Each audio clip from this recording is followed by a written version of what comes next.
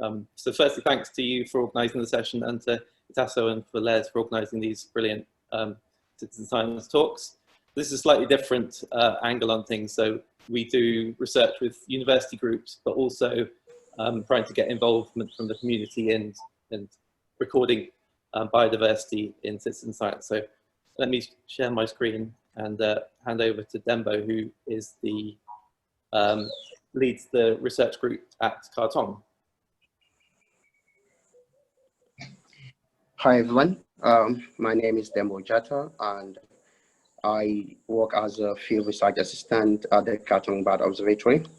And today I will be talking you through a short overview of the research and survey work that we carry out in the Gambia.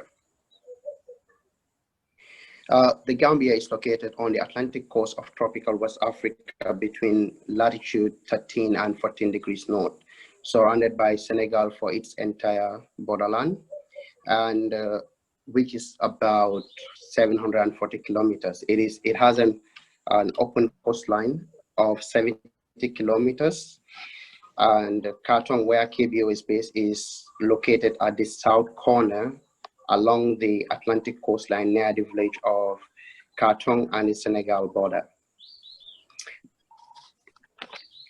The proximity of Kartong to the Atlantic Ocean facilitate the study of migration and wintering ecology of broad range of Palearctic bird species. The location is well placed within the migration flyway to research migration patterns. And the habitat-wise, it has a large number of varied habitat types, ranging from wooded savanna to marine and coastal environment, estuaries to mangroves, freshwater swamps, gallery forests, and etc. Such diverse area of habitat supports such diverse area of habitat types supports a high biodiversity of indigenous fauna and flora, in addition to the naturalized introduction and migrant species.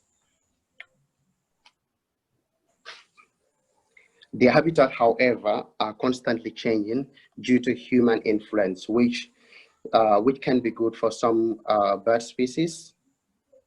Which can be good for some bird species, as the habitat regenerates itself, and then it supports some life, as we can see in the picture,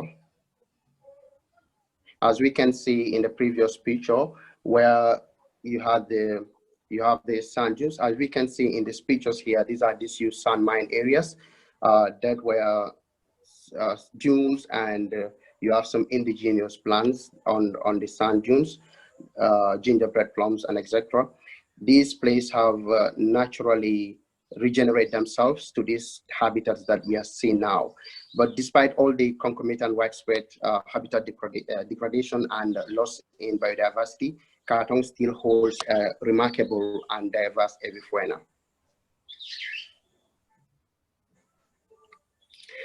Bird ringing in the Gambia originated with the large studies in Senegal at Njuj.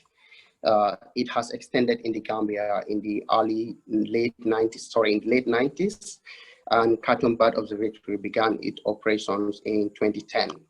And it has since been carrying out regular bird ringing surveys 2 or 3 times every year, where we invite volunteers, expert ornithologists, and students from Europe and in UK especially, to come and work with us. I am part of a small team at Kartong that carries out regular survey works year-round, and we have trained some local experts from the wildlife department, and they have been engaged with the work with us since that time.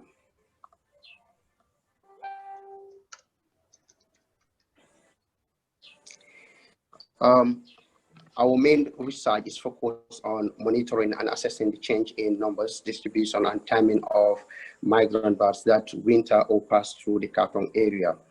It is important for us to understand where when and how birds migrate, because this is crucial for their protection and conservation. This, from our research that we have been conducting in Kartong, it shows that most of the birds that we record here have connected Kartong to a massive breeding area which is as wide as Greenland to the Arctic in Russia.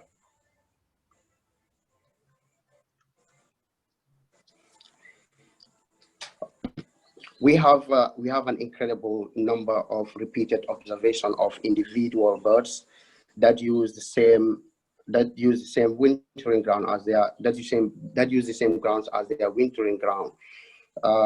And this goes to show that birds understand and remember their favorite wintering ground. So any loss in habit or changes in the habitat can cause a dramatic impact on their chances of survival during migration.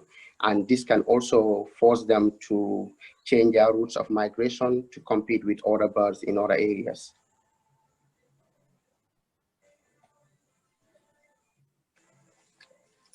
Nightingales. Nightingales are fast declining in many places in Europe and in UK in particular. Their conservation has never been more urgent than now. And at Kartong Observatory, we have been engaged in the Nightingale research since 2010. And from the data we collect, we happen to find that most of the birds that winter in Kartong mostly originate from a small region of Northwest Europe. We are also collaborating with the British Trust for Ornithology, BTO, to fit geolocators on these nightingales to study their route and the timing of migration, and also the potential threats that they face on these routes. This is an ongoing research, and the geolocator studies will be published later next year.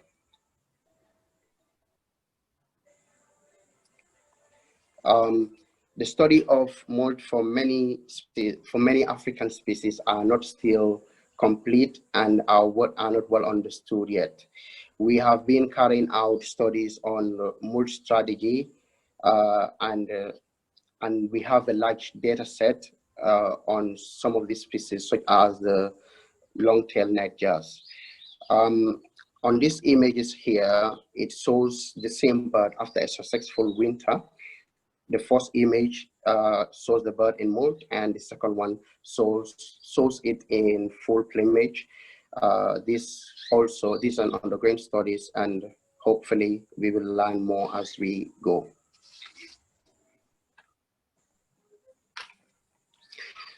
Seabirds and waders are known for their long-distance migration. Kartong happens to emerge as an excellent hotspot where most of these birds, migrant birds, either winter or just stop over for a brief and move further inwards. We have a team, our local team in Kartong, conduct a weekly survey twice every week, continually year-round, before the time these birds arrive in the Gambia and until when they leave. So we have been recovering marked birds that arrive in Kartong in certain periods of time, and this has helped us to understand the timing of migration and the time that they arrive, the time that they leave. We've also have recoveries of birds that usually come down to the same area on the fishing village every year and winter there all year. We also have records of birds that do use the place as their stopover in sight, and on their journey back, we do also recover some of these birds through our weekly surveys. So we usually use a telescope and a camera, mostly just to record the marked birds without needing to recapture them. We also are interested in their numbers, the number of birds that come in year to year. And due to the climate change and all that is happening with the environment has brought some drastic changes with that. But we have also have records of vagrant species from the Arctic, as the in the area.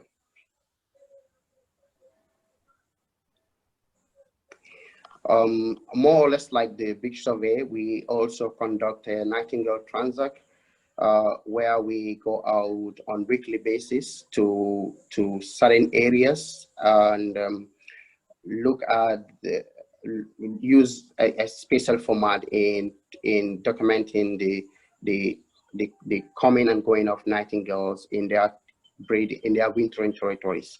So we use a GPS to monitor an exact route where these nightingales usually winter during every time. And we also use transects, as I said before, that nightingales usually come into the same bush or the same bit of area to winter every time. So this has enabled us to structure, to understand and structure the places where the nightingales usually winter, because they usually have territories where they winter in. And these are documented, and it will help us to compare our work that we do here in the Gambia with similar projects in West Africa and in Europe as well.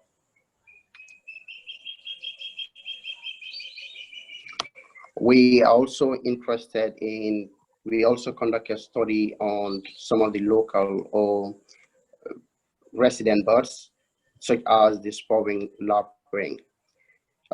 We use GPS recordings for breeding pairs all year during their entire breeding times, and we also mark the young birds. This has enabled us to follow on their life history, and we are able to understand their movement, and also we document some of the things that we also document the threats that they face, such as predation and disturbance during their breeding seasons. And outside their breeding season, which usually coincide with our normal ringing expeditions, we also carry out, we also catch them and color flag them, which also enable us to know the movement in our local areas. And we have had some recoveries as far as southern Senegal. These critically endangered hooded vultures are also key in our studies. As we all know the status of vultures in Africa, hooded vultures are critically endangered, and we have been tagging these vultures. We use a safe way of catching these vultures and tag them, which enable us to understand their social interaction, breeding interaction, parent and offspring interaction, and also their movement within the region. Also, we conduct some blood and genetic samplings to understand the genetic variation between different populations of hooded vultures. And we have been collaborating with other institutions in Africa and in the UK on these projects. In Kartong, we have special places where we can easily attract these vultures and monitor their social interactions. And in upriver, which is so many kilometers away from Kartong, where we have we believe we have different population of hooded vultures. And also in that area, you can see white-backed vultures and other African vulture species in that area. We have a feeding station for vultures where we can easily land their interactions and also their breeding activities.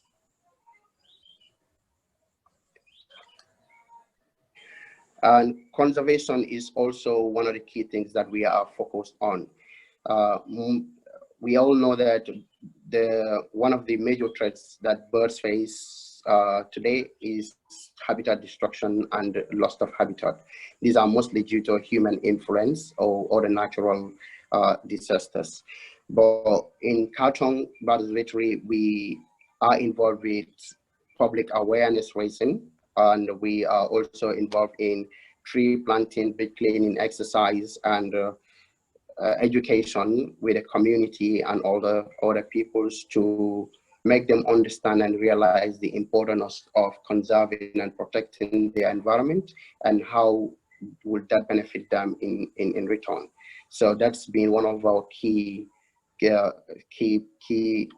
elements that we focus on in our research. And we also have demonstrations in our ringing expeditions where we invite local school children and other visitors from the keen people who are keen and enthusiastic about the nature and environment. We invite people to come and learn and understand our work and why we do it. You know, we talk them through every step of what we do. And also we work with some Gambians who are interested, and we train them to become experts in ring, to become experts in ornithologists. And also we focus on supporting the communities in terms of providing financial aid for education, health, and we are also involved in some local activities, social activities, such as football and other sports.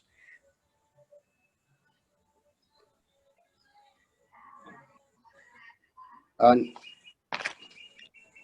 KBO encourages collaboration with research projects. So we have lots of institutions in the Gambia and in Europe, in Africa, sorry, and in UK that we collaborate with, and we usually supply samples and data sets to students and other research institutions on different projects. And these are some of the highlights of the projects that we are involved in, and some of the institutions that we collaborate on with different projects. I would like to acknowledge the following departments: Department of Parks and Wildlife, British Trust for Ornithology, Autotrust, Australian Leadership Foundation, Wethney Bar Club, for enabling and supporting these research and education programs. Thank you all for listening, and we'll be open to questions. Wow, this is an amazing presentation. A lot of conservation projects going on here. So well done for that beautiful presentation, Dembo and Fox Oliver. So the floor is open for questions, comments from members. Yes, thank you. That was a very interesting talk. I would like to know, is it possible for bird ringers to come and visit Kartong to help or join with the ringing activities that you have? Yes, of course. It is possible to join and volunteer with us. Usually we conduct our ringing in January and in December. Unfortunately, this year we will not be able to do any ringing due to the restrictions with the traveling, but it is possible to join us.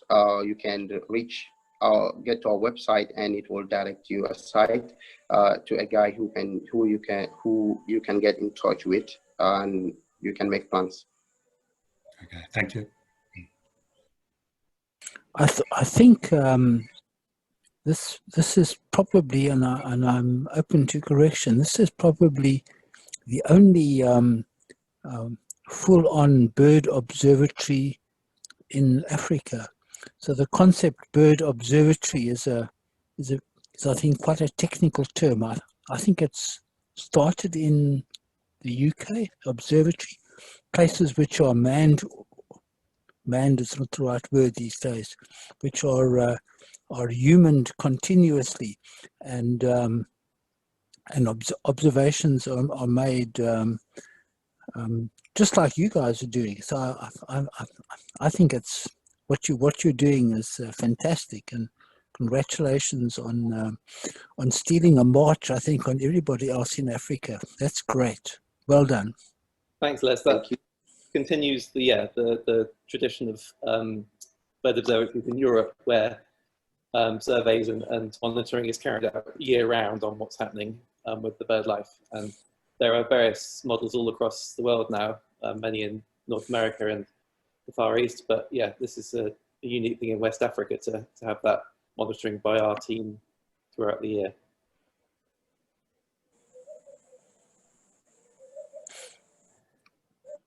Yeah, so I want to separately afterwards engage you guys and talk about Moult data, because that's what really fascinates me. So that's amazing, and so that's I've got more than my money's worth out of this evening's hour. Thank you.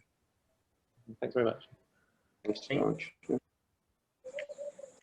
So, thank you, Dembo, for that beautiful presentation. And Oliver Fox, I had like to know, it's like you are monitoring the breeding of spur-wing lapwing, right? Yes. So why do you decided to, work on it? I know it is a very common species here in Nigeria and it is not threatened. So I'm just curious to know why you are monitoring the breeding ecology of spur-wing lapwing.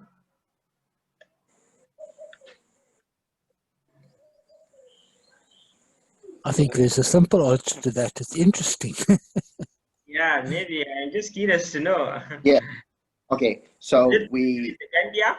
Is it facing any threat in the Gambia, or what is it about it in the Gambia? What the situation? No. Okay. So they are not threatened. Their population are doing quite well in the Gambia as well. But they are one of the species that usually breed in around the observatory, where we usually conduct our usual surveys and research works. And this is mainly the time that they breed is usually just sometime before the rainy season begins. This is just late dry season. So one of the things that we are trying to understand within what is happening within the whole what is happening within the whole biodiversity within the observatory, each and every animal species that is here, we try to conduct a research survey on it, and this help us to enable to connect it with some of the research works that we have been doing. And it's a fact that some of these usually face some threats during their breeding season, and that could also imply to some of the projects that we are doing. So, but we cannot really be certain with those things, except if we are conducting research on all the bird life everywhere in the area, and able to compare from species to species, and how well other species are doing and how well not other species are doing. So that was the reason why we focus on studying them. And also there are local bird species that are not well studied. And it's important that we try to understand all the things that we are doing, try to understand it within their population. Yeah, I hope that answers your question. Sure, and, sure. and with a common species like that, which is not threatened, when it's fairly abundant, you get large enough samples of things that you can actually start looking at trends in the timing of breeding with climate change if you keep going for long enough.